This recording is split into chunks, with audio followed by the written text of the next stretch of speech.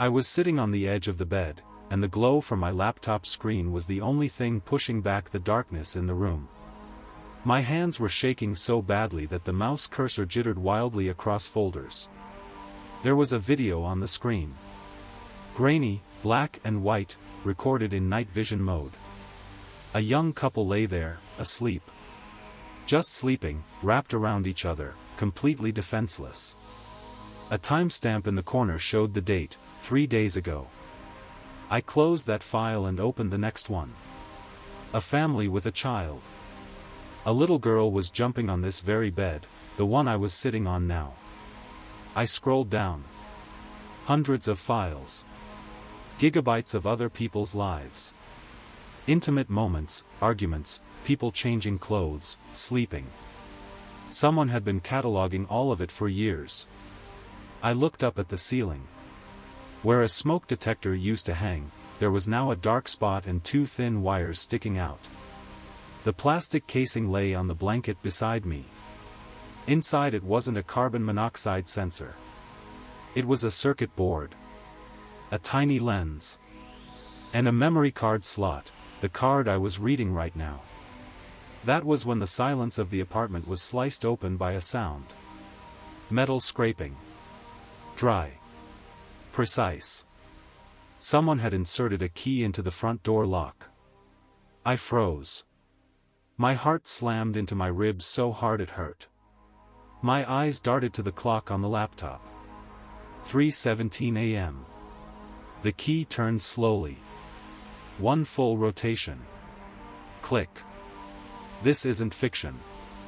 Not an urban legend you tell around a campfire. This happened to me, in an apartment with a 4.98 star rating that I rented just to get some sleep before an important meeting. After this story, you'll tape over the cameras on every device you own. It started with exhaustion and a desire to save money. I'd come to the city for a cybersecurity conference, an irony I would appreciate only later. Hotels downtown were charging triple, so I opened a short-term rental app. The listing looked perfect. Loft-style studio. Quiet city center. Self-check-in. Brick walls. Huge windows. Minimal furniture. The host, someone named Artem, had superhost status and hundreds of glowing reviews. Spotless. Cozy. Artem is always responsive. I booked it without a second thought. When I stepped inside, the first thing that struck me was the smell. Most rentals smell like cheap detergent or stale air. This place smelled like nothing. Sterile. As if the air had been ozonated minutes before I arrived. I retrieved the key from a lockbox by the door, the code came via message. I never met Artem. Perfect for an introvert. I dropped my bag and looked around. The renovation was fresh. Too fresh. No personal items. No books. No forgotten spices in the kitchen. No scratches on the laminate floor. The apartment felt like a movie set assembled yesterday. There was a door in the corner. I tried the handle. Locked. Utility closet, I thought. I showered, ordered food, and sat down to work. But a strange sense of unease followed me. You know that feeling when you're sitting with your back to an open doorway in an empty house? The skin at the back of your neck tightens, and you want to spin around. I blamed fatigue. I sat at the table, chewing cold pizza, staring out the large window. The curtains were thick, but I left them open. I liked the view of the city at night. At one point, I caught my reflection in the dark glass. Me, lit by the laptop screen. And then I thought I saw something glint behind me in the reflection. I spun around. Empty room. Bed. Wardrobe. The locked door in the corner. Paranoid, I muttered. I tried to focus, but couldn't. I started listening. The building was old, yet the soundproofing felt unnatural. I heard no neighbors. No elevator. No traffic. Just the hum of the fridge and my own breathing. I decided to sleep early. I turned off the lights, leaving only the hallway nightlight, and crawled under the blanket. The mattress was comfortable. The sheets crisp. Sleep wouldn't come. I lay on my back, staring at the ceiling. Directly above the bed hung a smoke detector. An ordinary white plastic disc. But something about it bothered me. Most detectors have a small LED that blinks once a minute to show the battery is alive. Green or dull red. This one didn't blink. It glowed. Very faintly. Almost imperceptible. A dark crimson dot. Constant. I closed my eyes. Sleep, Max. It's just a different model. An hour passed. I opened my eyes again. The red dot was still drilling into me. Like a bloodshot pupil. Curiosity fought laziness. Professional deformation won. I work in security. I hunt vulnerabilities.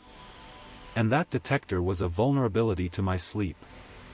I got up, turned on my phone's flashlight, and dragged a chair into the center of the room. Standing on it, I came face to face with the device. Up close, it looked cheap. Rough plastic. Uneven seams. I tried twisting the cover the way you do to change batteries. It wouldn't budge. That annoyed me. I pushed harder, fingers whitening. A dry crack. The casing turned, but didn't open. It came off the ceiling entirely. The detector dropped into my hand, dangling from two thin wires disappearing into the drywall. I shone the flashlight inside. Cold crawled down my spine and settled in my stomach. There was no ionization chamber.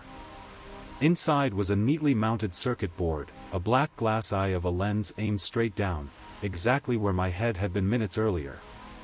A tiny microphone sat beside it. And in a black slot, the edge of a 128 gig microSD card. I stood on a chair in a stranger's apartment at night, holding proof of a crime, fighting the urge to vomit. I yanked the wires out. The device died. The red eye went dark. I jumped down, grabbed my backpack, pulled out my laptop and a card reader. My hands wouldn't cooperate. I dropped the reader twice before managing to plug it in. Folder, DCM. Inside, folders by date. 2023_10_01. 2023_10_02. 2023_10_24, today. I opened today's folder. The last file was recorded 1 minute ago. I hit play. I appeared on the screen. Top-down fisheye view. The image was terrifyingly sharp. Me entering the apartment. Eating pizza. Working. The audio was crystal clear, I could hear myself chewing, typing. Then me lying down. Tossing. Staring at the ceiling. Then me getting up, grabbing the chair. The video cut out. I stared at the black player window. The violation felt physical, like being rolled in filth. But that wasn't the worst part. I opened a folder from a week earlier. A woman. Walking around in her underwear. Talking on the phone. Crying. Changing clothes. Another folder. A month ago. 2 men drinking, laughing. The scale of it didn't hit me at once. This wasn't a hidden camera for security. This was an archive. A collection. But why a memory card? Why not the cloud? The answer came when I looked at the ceiling. Wi-Fi traffic can be detected. Any tech-savvy guest would notice suspicious activity. This was a cold method. Record locally. Host arrives after checkout. Swaps the card. Leaves no digital trail. Perfect. I went back to the footage of myself working at the table. I zoomed in. Behind me, in the corner of the frame, was that locked utility door. At 9:43 p.m., while I was absorbed in code, the handle slowly pressed downward. The door opened a single centimeter. An eye glinted in the crack. I paused the video. Zoomed further. Grainy, but unmistakable. Someone stood in the darkness, watching me live while the camera recorded from above. The door stayed ajar for about 10 minutes. Then it closed silently. Cold sweat broke out across my body. That feeling of being watched hadn't been paranoia. I slowly turned my head toward the closet. It was still closed. But now I knew, it wasn't mops and buckets behind it. There was space. Maybe a passage to the next apartment. Or a service corridor. And then I realized something else. If the recording was local, the host wasn't watching live. He didn't know I'd found the camera. I was safe until morning. My phone buzzed on the table. A notification from the rental app. Message from Artem. Maxim, why did the smoke detector go offline? We have strict fire safety rules. Please do not touch the equipment. My theory collapsed. The camera had a GSM module. Or a backup channel. He knew. I didn't reply. I needed to leave. Now. I slammed the laptop shut, shoved it into my backpack. I left the memory card inside, it was evidence. I pulled on my jeans, hopping on one leg. The silence in the apartment changed. It tightened, like a drawn wire. Another message. No need to leave. We can resolve this with compensation. Please stay. How did he know I was leaving? I hadn't even stepped into the hallway. I looked up. In the corner, on the curtain rod, a tiny blue light blinked. Another camera. There were several. He was watching me right now, from another angle. I grabbed my jacket, my backpack, and ran to the front door. My fingers wrapped around the lock. I turned the inside knob. Nothing. I tried again. The lock spun freely. Smart lock. Electronic. It should still open mechanically from inside. Should. He had locked it remotely. Damn it. I slammed my fist against the door. My phone chimed again. Maxim, let's talk. I'm on my way. I live nearby. I live nearby. And then I heard it. Footsteps in the stairwell. Heavy. Unhurried.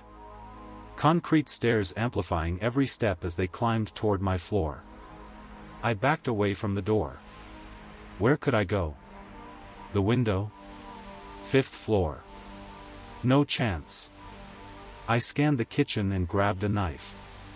The handle was slick in my sweaty palm. The footsteps stopped outside my door. I held my breath. I could hear someone breathing on the other side. Heavy. Wheezing. Metal scraped. A key. The moment I started this story with. The key slid in. Turned slowly. The lock beeped, electronics yielding to a master key. Click. The door opened a crack. I stood at the end of the hallway, gripping the knife, knowing that if he came in, I would strike. Fear had turned into animal aggression. The door opened inch by inch. A hand appeared first. Black leather glove. It rested on the doorframe. Then a face. Not the smiling young man from the profile photo. A heavy-set man in his 50s. Puffy face. Receding hairline. Eyes darting. Sweat soaked him. In his other hand, not a weapon. A stun gun. Maxim, he rasped, stepping inside. You broke expensive equipment. He wasn't afraid of the knife. He'd seen me on camera, just a terrified IT guy. He expected me to freeze. He didn't account for adrenaline. When he lunged with the stun gun toward my chest, I didn't recoil. I threw the heavy ceramic vase from the shelf beside me. It smashed into his shoulder. He screamed. Staggered. The stun gun crackled uselessly in the air. I charged forward, not at him, but past him. I slammed into him shoulder first. We both crashed into the narrow hallway. Sweat and stale tobacco filled the air. He grabbed my leg with iron strength.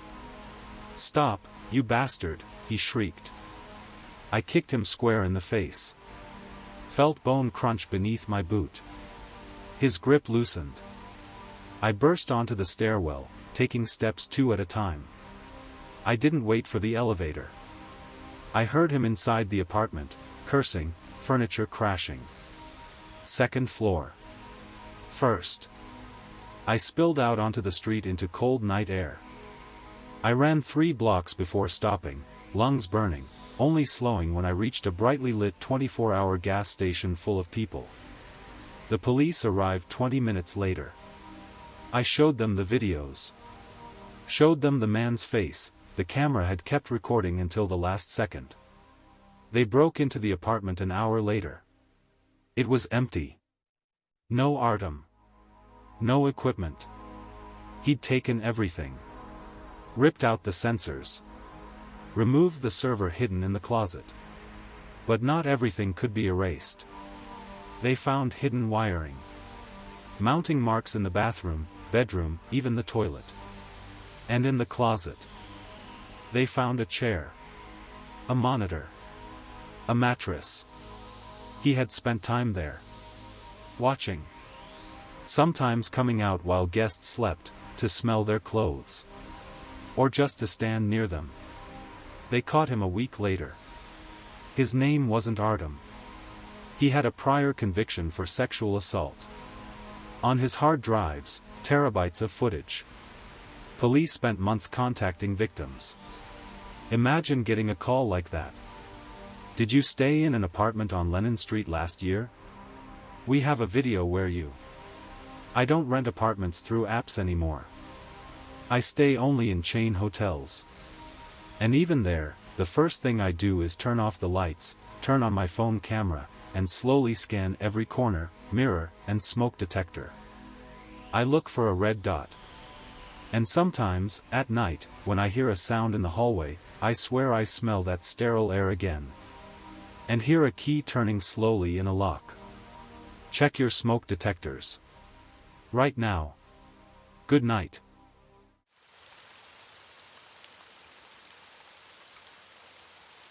I stood in the hallway, afraid to even breathe. The silence in the apartment was so dense that the ringing in my ears sounded louder than a siren. Then the sound came again. A slow, wet scrape. As if someone were dragging a long, filthy fingernail across polished wood. From the other side. From a room that was supposed to be empty. I froze, feeling cold sweat slide down my spine. My eyes were locked on the gap beneath the door. Darkness. And then, without the click of a switch, without the sound of footsteps, the light came on inside. A thin, painfully yellow strip spilled onto the dusty parquet at my feet. And a shadow. The shadow of someone's legs stepping right up to the door and stopping. I didn't believe in ghosts. I didn't believe in monsters. But in that moment I understood, whatever was standing behind that door was far worse than any invention. My name is Andre, and I will never again rent apartments from private owners. If you think a locked door guarantees your safety, you're wrong. Sometimes a lock isn't meant to keep you out. It's meant to give you a false sense of control. Check whether your doors are locked. And listen carefully. It all began with ordinary greed. I needed to spend only 3 days in the city, a business trip the company was paying next to nothing for. Hotels downtown cost a fortune, and I hated hostels with their smell of other people's socks and constant snoring. So I opened a rental app. An option popped up almost immediately. Spacious 2-room apartment, old building, quiet courtyard. The price was suspiciously low, almost half the market rate. The photos looked fine: high ceilings, Soviet-era parquet, carpets on the walls. A bit old-fashioned, but clean. I booked it without reading the reviews. That was my first mistake. The owner met me at the entrance. His name was Viktor Petrovich. A tall, gaunt old man with watery eyes and a perfectly ironed shirt that smelled of mothballs. He didn't smile. He showed no emotion at all, as if conserving energy. We went up to the third floor. The elevator hummed and shook like a dying animal. The apartment smelled of dust and something Swedish, like old perfume or wilted flowers. A long corridor stretched inward, connecting the kitchen, bathroom, and 2 rooms. "This is where you'll sleep," Viktor Petrovich said, opening the first door. The room was normal. A couch, a TV, a wardrobe. The window faced a blank wall of the neighboring building. The kitchen's there. Gas stove, matches on the table. Wi-Fi works intermittently, the walls are thick. He fell silent and turned toward the second door at the end of the corridor. It looked heavier than the others. Dark wood, an old brass handle coated in patina. There was no visible lock, just a simple latch. The old man looked at the door, then at me. His gaze grew heavy. "One more thing, young man. About this room." I expected him to say it was storage, or under renovation. "It isn't locked," he said quietly. "But I ask you not to go in there." "Is it your stuff?" I asked. "You could say that. In the house rules you agreed to, there's a clause: the small room may be opened, but there is no need." The wording scratched at me. May be opened, but there is no need. Usually people say, forbidden, or not allowed. This sounded like a choice, one that came with consequences. "I understand," I nodded. "I respect other people's space." Viktor Petrovich studied me for a few more seconds, as if scanning. "Good. Keys are on the cabinet. Check out by noon." He left, quietly closing the front door behind him. I heard him turn the key twice from the outside. He had his own set, of course. I was alone. The first evening passed calmly. I unpacked, reheated dinner, worked on my laptop. The apartment was quiet. Too quiet. The thick walls of the Stalin-era building swallowed all city noise. I heard only the hum of the refrigerator and my own breathing. But every time I walked down the corridor to the kitchen or bathroom, my eyes flicked to that door. It drew my gaze. Old, darkened wood. At the very bottom, near the floor, there was a gap about a finger wide. Darkness inside. Why did he say, "may be opened, but there is no need"? Curiosity is a strange thing. Like an itch under the skin. I stepped closer to the door. Listened. Silence. I sniffed the air, just the same old dust as everywhere else. I reached for the handle. The metal was cold. "Don't be an idiot," I told myself. "You're 30 years old. This isn't a horror movie. It's just the old man's junk, porno magazines, or a stamp collection." But I didn't open it. Some irrational feeling, like a child's fear of the principal's office, stopped me. I withdrew my hand and went to bed. That night I dreamed I was standing in the corridor, and the door was slowly opening, and hundreds of eyes were staring at me from the darkness. The second day was gray and rainy. I returned around 6 in the evening, soaked and exhausted. As soon as I stepped inside, I felt it: something had changed. The air was stale. That Swedish smell had grown stronger. I went into the kitchen and turned on the light. Everything was in place. Yet the sensation that I wasn't alone pressed against the back of my head. I sat down to eat, scrolling through my phone. And then I remembered the reviews. I opened the app and found Viktor Petrovich's listing. The rating was high, 4.8. But as I started reading, a chill crept over me. Most reviews were generic: clean, cozy, polite host. They read like copies of each other, as if written by bots. I scrolled down to older ones. Elena 88, the apartment is nice, but the soundproofing is strange. It felt like someone was walking in the next room. Victor said it was the pipes. Max_travel, everything's okay, but that clause about the room was unsettling. I didn't go in, but at night, the review cut off. Guest_2021, do not open the door. If you hear scraping, do not open it. My insides went cold. That review was written in all caps 2 years ago. There were no replies from the host. I put the phone down and looked into the dark corridor. The forbidden door was barely visible in the gloom. Nonsense, I thought. Crazies write reviews. Trolls have fun. I went to take a shower to wash off the tension. The sound of water was calming. I stood under the hot streams, eyes closed, trying to think about work. And then, through the rush of water, I heard it. A dull thud. As if something heavy had fallen on the floor. Very close. In the corridor. I turned off the water. Froze. My heart pounded against my ribs. Silence. Only drops fell from the faucet. Drip. Drip. Drip. Hey. I called out, my voice shaking. Viktor Petrovich? No answer. I stepped out of the shower, hastily wrapped a towel around myself. I grabbed a heavy bottle of shampoo from the shelf, the only weapon at hand. Carefully, I cracked open the bathroom door. The corridor was empty. Light from the kitchen cast long shadows. I checked my bedroom. Everything was fine. The front door was locked, every lock and the chain. No one could have come in. So I imagined it. An old building, neighbors upstairs dropped something, the sound traveled through the pipes. I got dressed and lay down on the bed, leaving the nightlight on. Sleep wouldn't come. I lay there, listening to the house. Around 2 in the morning, I heard footsteps. At first I thought they were on the stairwell.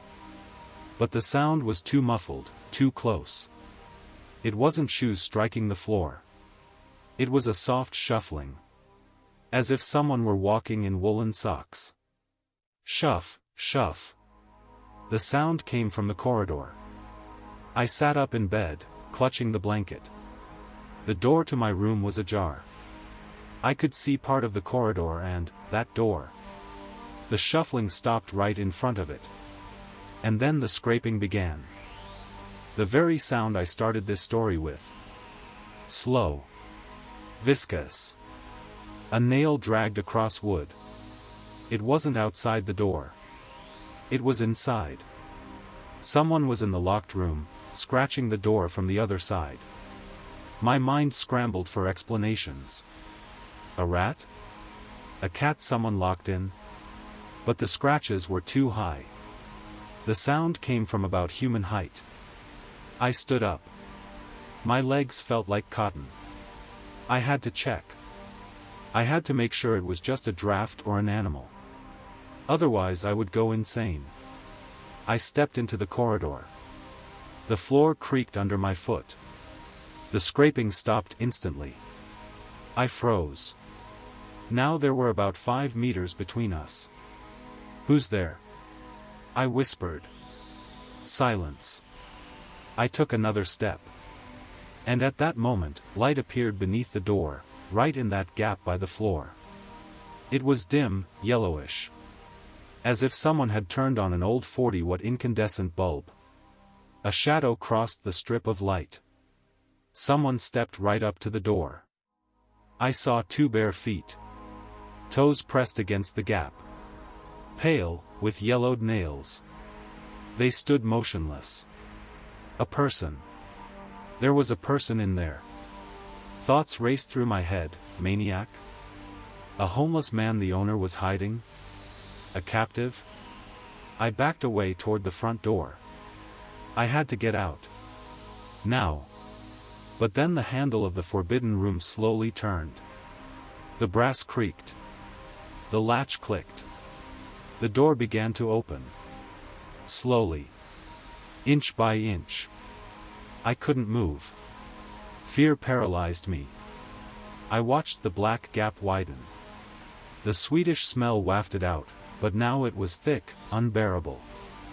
The stench of rot masked by liters of cologne. The door opened halfway. There was no furniture inside. The walls were stripped to bare concrete. Trash littered the floor. In the middle of the room stood a chair. An ordinary wooden chair. And on the chair sat Viktor Petrovich. He was facing away from me. His head drooped onto his chest. His arms hung limp at his sides. Viktor Petrovich? I breathed. He didn't move. I took a step forward, driven by horror and confusion. And then I noticed the details. Around the chair, scattered on the floor, were belongings. Suitcases. Backpacks. Bags. Many of them. Dozens. Different colors and sizes. Some covered in thick dust, others looking brand new. Among them, I saw my suitcase.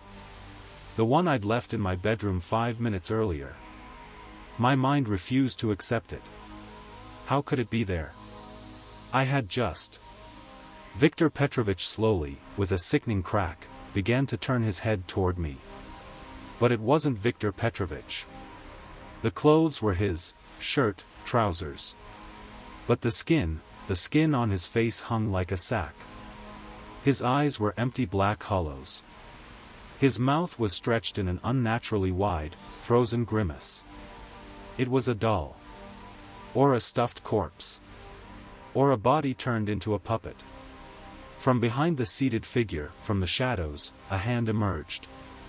A long, thin, pale hand gripping Viktor Petrovich by the hair. It turned the mannequin's head toward me. And then, from the darkness behind the chair, a voice spoke. It wasn't the old man's voice. It was a high, trembling falsetto, like a broken imitation of a child's voice. You may, but there is no need, the voice giggled. You opened it. You broke the rule. The figure behind the chair began to rise. It was enormous. Nearly 2 meters tall, impossibly thin. Dressed in rags stitched together from different clothes, women's dresses, men's shirts, jeans. It stepped into the light. I couldn't see its face through the tangled hair, but I saw the smile. A mouth full of small, sharp teeth. In its hand it held a phone. My phone. The one I'd left in the kitchen. The screen glowed. The rental app was open. Review, the creature hissed. Write, a good, review. It took a step toward me, moving in jerks, like an insect. Adrenaline finally hit. I spun around and ran for the front door. My fingers shook, I couldn't get the key into the lock. Behind me I heard the shuffling and that same scraping of nails against parquet. It wasn't running. It was walking, savoring the moment. Where are you going, Andriusha? The voice sang. How did it know my name? I turned the latch and yanked the door. It wouldn't open. The chain. I'd forgotten the damn chain. I turned around. The creature stood in the middle of the corridor. It raised its hand and wiggled its fingers at me. Long, filthy fingers with yellow nails. We're not done yet, it said. I slammed my shoulder into the door, ripping the chain out of the wall. Metal clanged, wood splintered. I tumbled onto the stairwell, nearly face first into the concrete. I didn't wait for the elevator. I flew down the stairs, taking 3 steps at a time. I heard the apartment door open above me. I heard laughter echoing through the stairwell. I burst outside into the cold rain. I ran for 3 blocks until my lungs burned like fire. Only then did I stop, leaning against a fence, and vomited. I spent the rest of the night at the police station. They didn't believe me. Of course they didn't. They said I was drunk or on something. Still, they sent a patrol. When they arrived at the apartment, the door was open. Inside, it was empty. No furniture. No carpets. No Viktor Petrovich. The place looked as if no one had lived there for 10 years. Thick dust. Cobwebs. The room you don't need to enter was empty. No chair. No suitcases. Just bare walls. The cop looked at me like I was an idiot. Kid, no one lives here. The owner of this apartment died 3 years ago. His relatives are fighting over the inheritance. The place is sealed. They thought I'd broken in to spend the night and hallucinated. I was fined for disorderly conduct and let go. I left that city on the very next train. Without my belongings. My suitcase, laptop, clothes, everything stayed there. Or vanished. But the worst came a week later. I restored my SIM card and bought a new phone. The first thing I did was open the rental app to file a complaint with support. The listing was gone. Deleted. But it was still in my booking history. I opened it. The status read, completed. And there was my review. A review I never wrote. It was posted at 3:15 a.m. that same night. Right when I was running down the stairs. The text said, "Great apartment. Very quiet. The host is welcoming. I decided to stay here forever. Don't be afraid to open doors. You'll be waiting there." And there was a photo. The photo showed my sleeping head on a pillow. Shot from above, in the dark, with a flash. Reaching toward my face from the darkness was a pale hand with long nails, ready to touch me. I deleted my account. I changed the locks in my apartment. I sleep with the lights on. But sometimes, at night, when the building goes quiet, I think I hear a soft scraping from the storage closet. A slow, wet scrape. And I know, one day the door will open. Because I already made my choice. I opened it once. And doors like that never close all the way.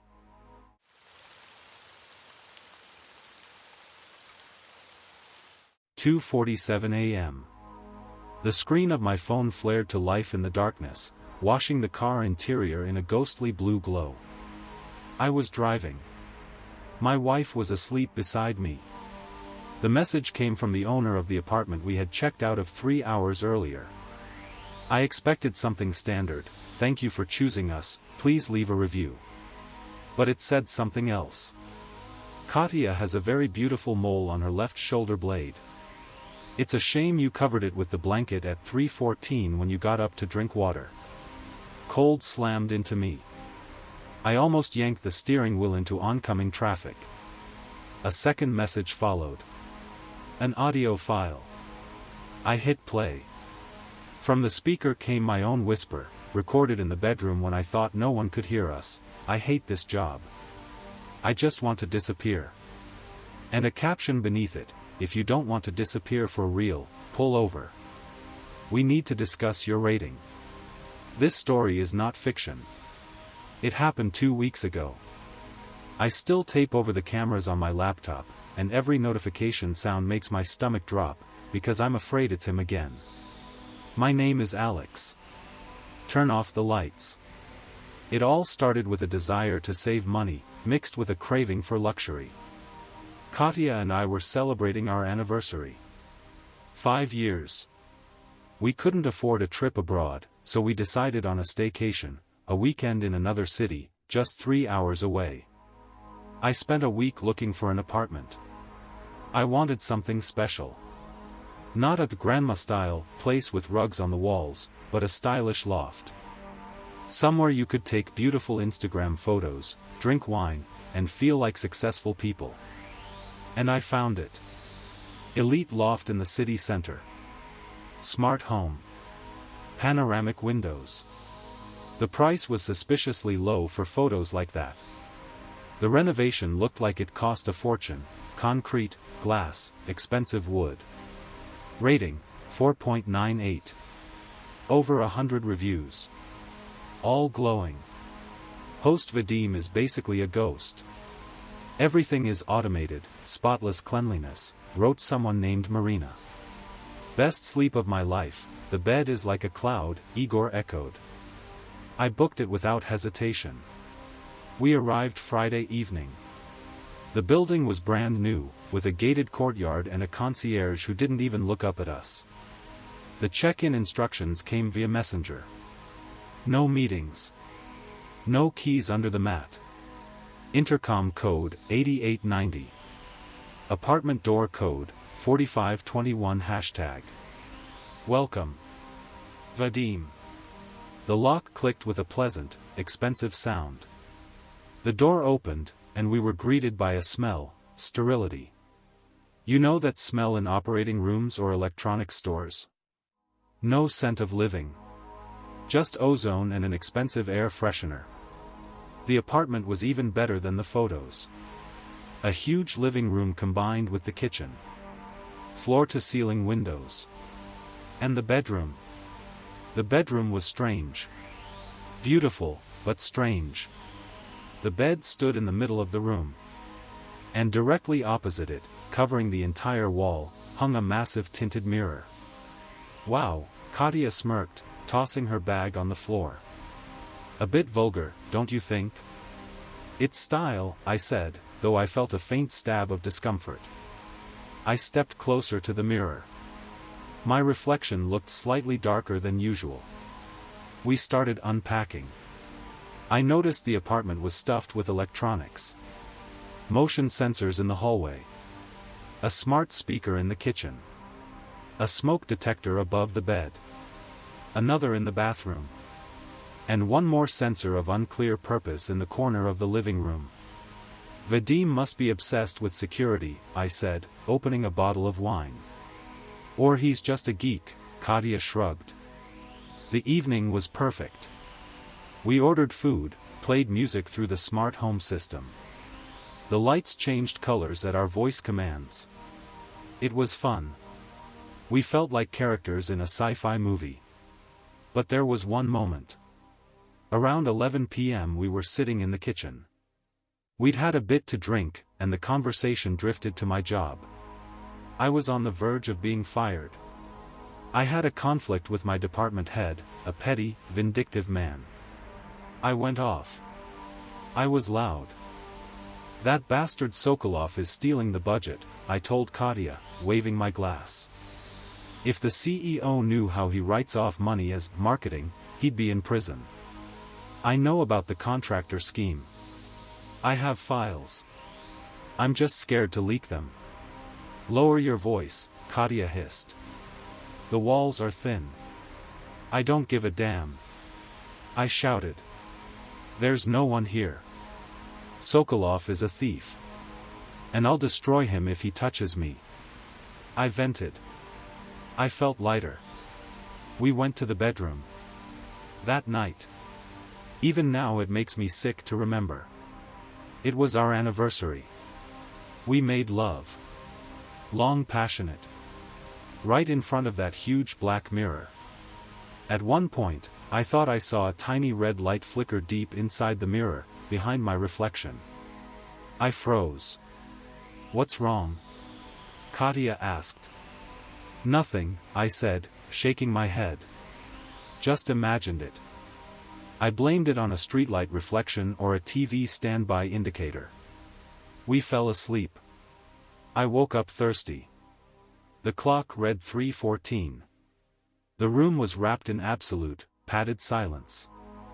I got up carefully, not wanting to wake my wife, and went to the kitchen. As I drank water, an irrational feeling crept over me. You know that feeling in your back, when you're absolutely certain you're not alone? I spun around. Empty living room. Only the blue LED on the router blinking. Paranoia, I told myself. Watch fewer thrillers. I went back to bed, pulled the blanket over Katya, she'd kicked it off in her sleep, and drifted off again.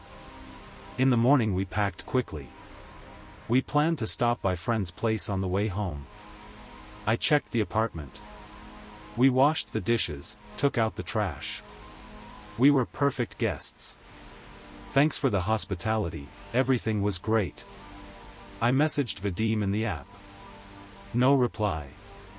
We got into the car and hit the highway. For the first 2 hours we talked, laughed, discussed how cool a renovation we could do at home if we took out a loan. Then it got dark. Rain started. The monotonous rhythm of the wipers lulled Katya to sleep in the passenger seat. I was alone with the road and the radio. My phone lay on the center console. Ding! A notification from the rental app. User Vadim has left you a review. Leave a response to read it. I smirked. Fast. Hosts usually write after a few days. I didn't want to distract myself. I'd read it at home. Ding. WhatsApp. Unknown number. I glanced sideways. The message preview read: Alexei, why haven't you left a review? Was something wrong? I frowned. How did he get my personal number? The app hides it, only call forwarding is allowed. Maybe I'd entered it somewhere in my profile. I decided not to reply. Texting while driving in the rain was a bad idea. 5 minutes passed. Ding. Ding. Ding. 3 messages in a row. I glanced again. 1. Ignoring is rude, Alexei. 2. Especially after the conditions I provided. 3. You don't want me to be upset, do you? It started to irritate me. What an intrusive service. A maniac. I picked up the phone to block the number or send a quick, I'm driving, leave me alone. And then that message arrived. Katya has a very beautiful mole on her left shoulder blade. It's a shame you covered it with the blanket at 3:14 when you got up to drink water. The world shrank to the size of my phone screen. I forgot how to breathe. He saw. Not just us. He saw the exact time. He saw a mole impossible to notice unless you were half a meter away, or using a high-resolution camera with zoom. The mirror. That black mirror opposite the bed. My hands instantly went slick on the steering wheel. My heart hammered up into my throat. Ding. And also, Alexei, it's very unbecoming to call your boss Sokolov a thief. Article 128.1 of the Criminal Code, defamation. And if we add industrial espionage, which you were shouting about so loudly in the kitchen. He heard. Every word. I looked at sleeping Katya. She breathed softly, unaware that our life was tipping into an abyss. I pulled over onto the shoulder. Turned on the hazard lights. Rain pounded the roof like a hammer on a coffin lid. With trembling fingers, I typed. What do you want? Status, typing. Those 3 dots bounced forever. I want my business to thrive, Alexei. I need 5 stars. And I need you to write a detailed, beautiful review. Right now. Don't be stingy with adjectives. I exhaled. Just a review? A psycho. A sick bastard who only wanted ratings. I'll write it. Just delete everything, I replied. Of course. I don't keep trash. But there's one condition. The phone chimed again. A file. Video. I didn't want to open it. My finger tapped the icon anyway. It was footage from the kitchen. 4K quality. Studio clear audio. Me, holding a glass, yelling about Sokolov's schemes. My face perfectly visible. Every word crystal clear. A second video followed. The bedroom. Night mode. Infrared. Katya and me. Everything visible. Every detail. It wasn't filmed through the mirror. The camera was in the smoke detector directly above the bed. A top-down angle. You have 10 minutes, Alexei. Or the first video goes to your CEO's email. I found his contact on your company website. It was easy. The second video, well, I think your mother and Katya's colleagues would be very interested to see how you spend your weekends. I've already prepared the mailing list. He sent a screenshot. Real email addresses. Katya's work email. My mother's. The Telegram group chat of my office. He was prepared. This wasn't spontaneous blackmail. It was an assembly line. Alex, why are we stopped? Katya asked sleepily, opening her eyes. I flinched, flipping the phone face down. Nothing, love. Just, tired. Needed a stretch. Go back to sleep. She closed her eyes again. I opened the rental app. My fingers missed the keys. I gave 5 stars. I started typing. Amazing place. Incredible design. Very polite host. Every word triggered my gag reflex. I was praising a prison where I'd just been stripped and humiliated. Impeccable cleanliness. We felt at home. We'll definitely return. Send. I stared at the screen until it went dark. A minute passed. Ding. Good job, Alexei. Nice writing style. See how easy it is to be polite? I waited. Waited for the promise that he'd delete the videos. The videos stay with me. As a guarantee that you won't delete the review or complain to support in a week. If the review disappears, the archive link will be sent to all contacts automatically. Smart bots, Alexei. Technology is a miracle.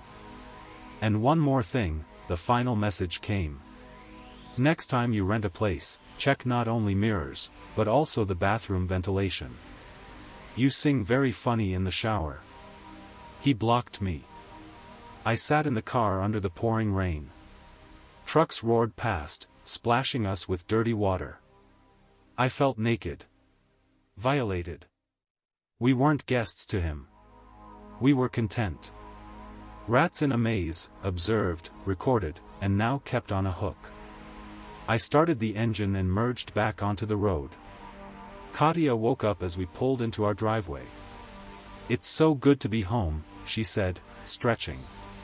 But that apartment was like a fairy tale, right? We should recommend it to our friends. I clenched the steering wheel until my knuckles went white. No, I croaked. Don't. Why? Just, don't. We entered our apartment. Our familiar, old place. The first thing I did was grab a roll of tape. I taped over the laptop camera. I taped over the front camera on my phone. I walked through every room, inspecting corners, light fixtures, outlets. Alex, what are you doing? Katya asked, frightened. Checking the wiring, I lied. I can't tell her.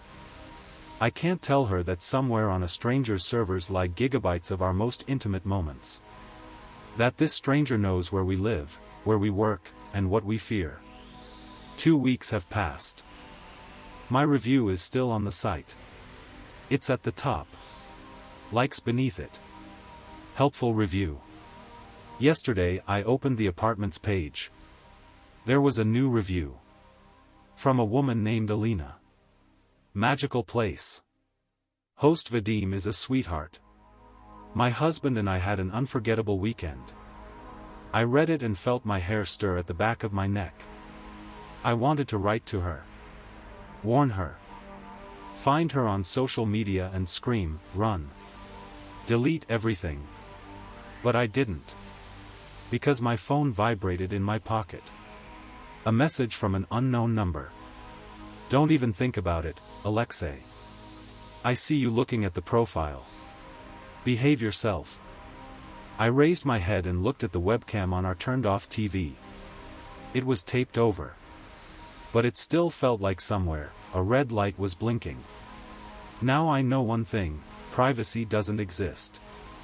The moment you step into someone else's home, you become an actor in someone's twisted reality show. And you will never know when the director decides to make contact. Good night. And check the smoke detectors above your bed. Right now.